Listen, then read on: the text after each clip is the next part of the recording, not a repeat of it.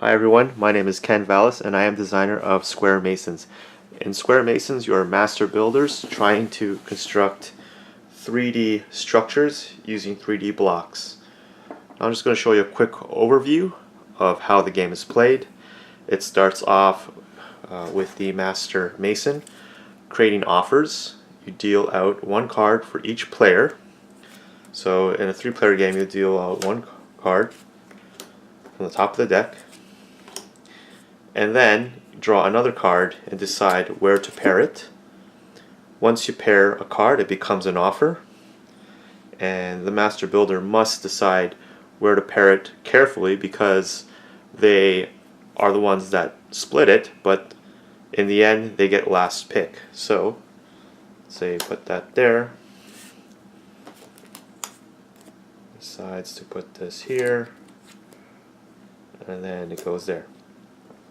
Play will then continue on from the player to the left. So in this case, if the Master Mason was first, they deal out the cards. The second player would then proceed to take an offer.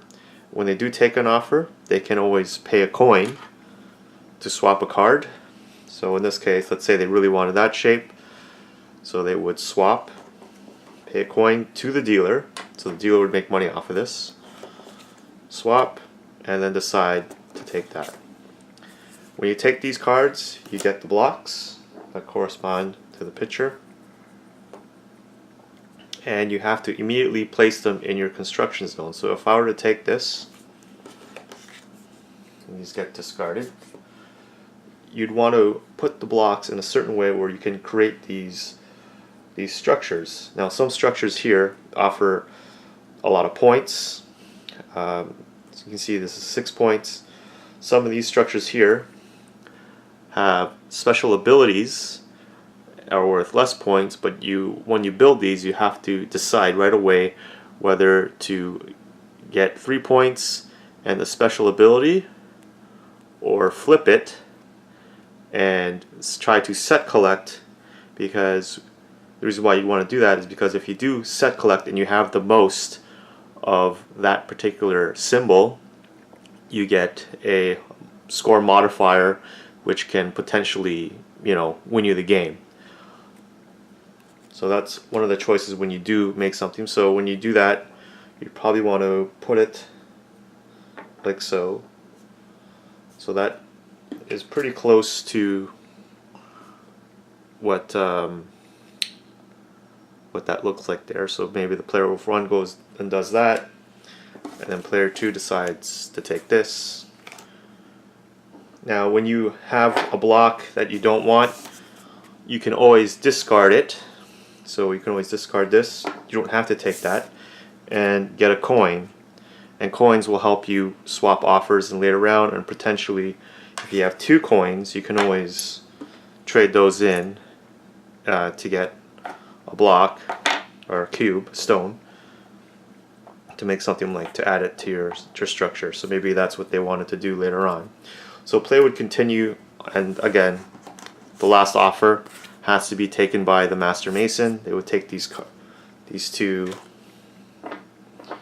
blocks, and then they would probably put this in the construction zone like so. So play would continue on until these special private structures are depleted, or 2 out of the 3 special king's buildings are gone. The reason why I like this game so much is because it is very strategic, because in the long run you want to collect as many symbols as possible to get that end game scoring.